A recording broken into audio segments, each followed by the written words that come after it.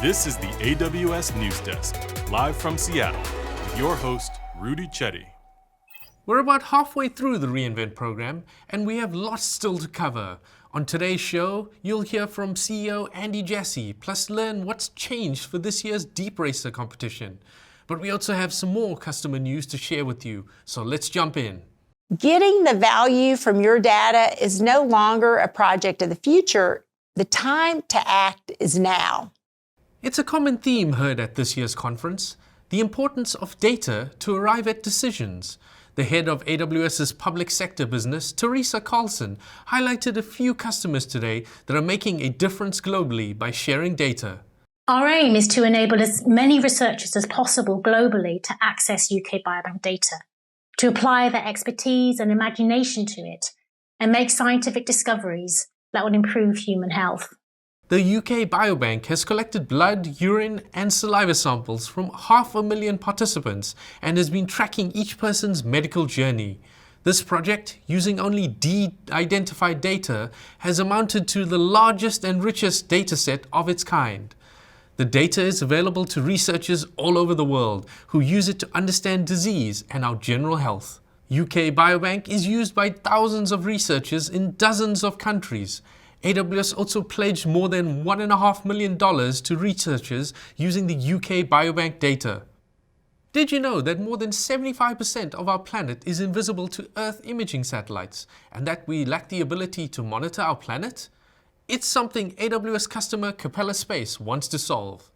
We need to have a non-terrestrial based capability that allows us to predict, monitor, and track both man-made and natural disasters. Our ability and our capabilities will help shed light on deforestation in Amazonia, enable firefighters to see through the smokes of wildfires, provide mapping for urban development, or simply provide transparency into the supply chain ahead of the next global pandemic.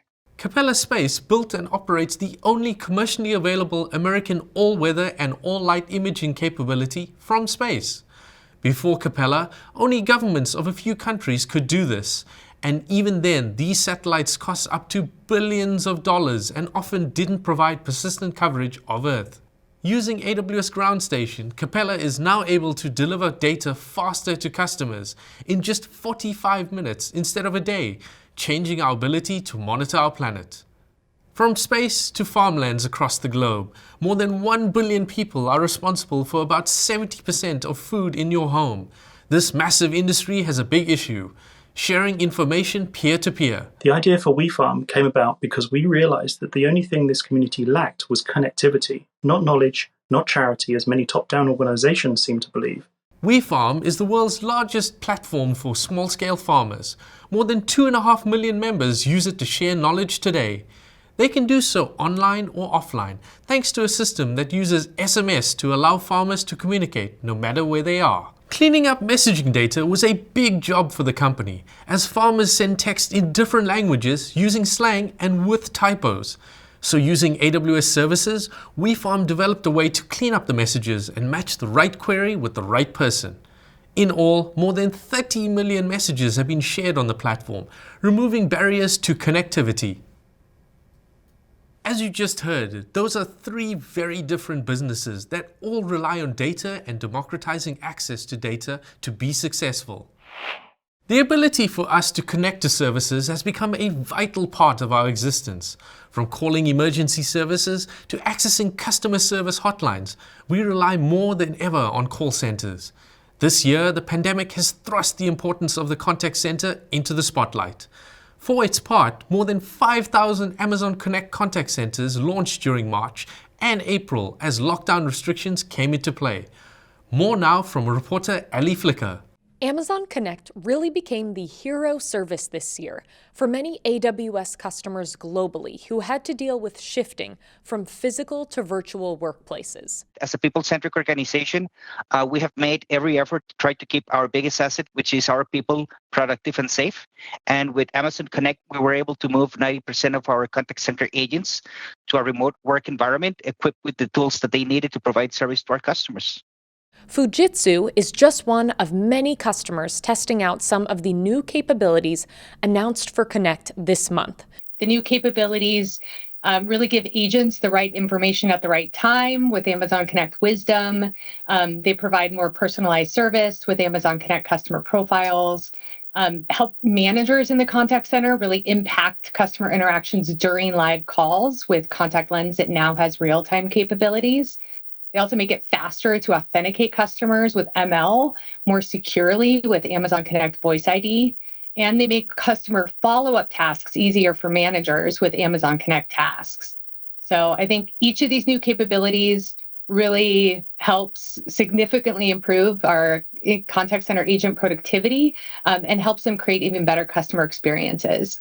Announcements like these are only possible with the help of customers who have been stress testing these features since before launch. We run our entire operation. So our contact center, the items of work, the phone calls that we handle on behalf of our customers all come through AWS. So Amazon really is the backbone to our business these days. We get excited about all of the different products because it just kind of sells us on what could be possible. But one that we are excited to begin working with is Amazon Connect Tasks. That is going to help us deliver items of work for our customers throughout our contact center and really level up what it is that we're able to say yes to and do for our small and mid-sized business clients. We've been using Amazon Connect for almost 3 years now, and we're always innovating with some of the other capabilities that are being launched. We're really excited, obviously, about the knowledge management application and the tools that will allow us to really serve our customer quicker, more efficient, and in a seamless experience. We have a lot of great documentation, a lot of knowledge, a lot of tools, and not a great way today to really get it at the forefront to our customers or to our customer service representatives quickly. So having these new tools and services is going to be a huge benefit for us. Traeger Grills handles tens of thousands of contact center contacts every month. And their customers are coming to them with questions from everything from grill care to Wi-Fi connectivity. And they used to spend a ton of time navigating to find the right customer data. So who is this customer? What are they calling about? And they're really excited because they've been using Amazon Connect customer profiles and to really aggregate all that information from their e-commerce, their marketing systems, Salesforce, what have you. So when a customer calls in, Amazon Connect automatically surfaces a unified customer profile that shows who's calling, their contact history, purchase history, and even their grill type. Traeger Grills has already seen a 25% reduction in call handle times and a 10% improvement in its customer satisfaction scores. In DC, I'm Allie Flicker. Thanks, Ellie. The success of AWS Outposts this year has signaled appetite in the marketplace for a hybrid solution. AWS gave us a unique solution to ensure a level playing field for our players and streamlined our deployments using the same tools and APIs on premises and in the cloud. We rolled out Valorant fast and efficiently, and we are continuing to reinvent how we design and deploy our games to provide our players with the best possible game experience. We shipped AWS Outposts to new colos quickly, enabling a rapid deployment of game servers standardized on a single build, test, and production pipeline. And best of all, using AWS Outposts, we reduced latency for players by 10 to 20 milliseconds, minimizing peak disadvantage and creating a level playing field for all players. The use cases are really broad. Customers such as Morningstar are using Outposts in financial services to be near exchanges or other low latency applications and thinking of the Outpost as a bridge to their future. Customers like Philips Healthcare, they're planning to use Outposts to deliver world-changing healthcare to locations like 1,200 medical clinics all around the world. Then over in Telco, Ericsson and Telefonica, they're going to be running their 5G packet core at the edge on the full rack Outposts. Joshua Burgeon, the general manager for AWS Outposts, had one of the most exciting announcements of reInvent so far, with the launch of 2 smaller form factor Outposts. A 1U, that's about the size of a pizza box, and a 2U, that's the size of, you guessed it, 2 pizza boxes stacked. The feedback has been just a lot of excitement. We always work backwards from the customers, but I've again been pleasantly surprised by how broad the interest has been. people are telling us that they see deploying hundreds, thousands, or in some cases even tens of thousands of the small form factor outposts to replace all their traditional hardware and software. They think it'll help remove all that undifferentiated heavy lifting and allow them to focus on delivering new experiences to their customers. In some cases, what we're hearing from the early customers is that they plan to deploy our industrial machine learning and artificial intelligence services at the edge on top of these outposts, which I think is just really fascinating. It's a fast-changing way of bringing connectivity to the edge. For AWS CEO Andy Jassy, he's passionate about where hybrid is headed and how it's being defined. There are a lot of people who think the definition of hybrid and the solutions are pretty well set at this point. And in our opinion, both the definition and the solutions are rapidly being reinvented as we speak. And I think in the early days of hybrid, people just assumed that it meant cloud alongside of on-premises data centers. I think some of that is because the people who popularized that term tended to be on-premises infrastructure providers where they were trying to ride along with the momentum of the cloud. But I think that if you really think about what is hybrid and you really think about what on-premises is, it's not just on-premises data centers. You ask yourself, is a restaurant on premises? If a restaurant's on premises, it has pretty different requirements. How about, is an oil field on premises? If so, it has pretty different requirements. And so we think of hybrid as cloud alongside with various edge nodes. And on-premises data centers is one of those edge nodes, but so is much smaller on-premises locations like a restaurant or a retail store or a hospital. And so is a major metropolitan city where it's not cost expensive to have a big data center there, but you have certain workloads that need very low latency where you want AWS located there. And so is things like the military battlefield or oil fields. And so is having the ability to have sub 10 millisecond latency on your mobile workloads and having a compute and infrastructure presence right at the 5G location. People will think of hybrid as a combination of the cloud alongside all these edge nodes, and then they're going to want to consume hybrid offerings with the same APIs, the same control plane, the same tools, and the same hardware they get in regions. They effectively want us to distribute AWS to all of those edge nodes, and that's what we're really focused on doing. Thanks for those comments, Andy. From outposts to another small form factor, one of the highest prizes in machine learning is decided by a tiny car. I'm of course talking about the much lauded Deep Racer League Championship. It started back in 2018 and has amassed a huge following. Reporter Denise Quashie explains. Does make that collision there with the Box of Doom. That's going to be a bit of a setback.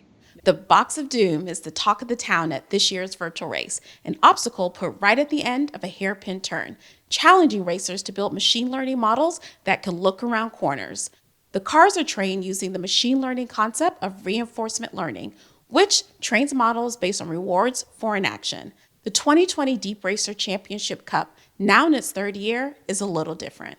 Here we go. At just 90 seconds to work with, I think our developers are likely to be a bit more conservative. But how about that? Not much conservative about a 10.236. Instead of having racers vie for the fastest lap time, like winner Sola from Japan did in 2019 in Las Vegas, this year's final is an 8-car Grand Prix, meaning things have gotten a whole lot more complex.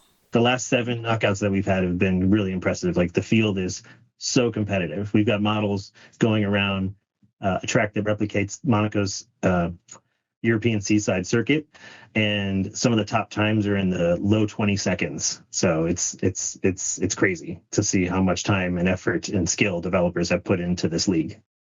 The league has seen major updates this year. First, the launch of the first ever Formula One Pro-Am, where racers competed against models built and tuned by Formula drivers and their crews.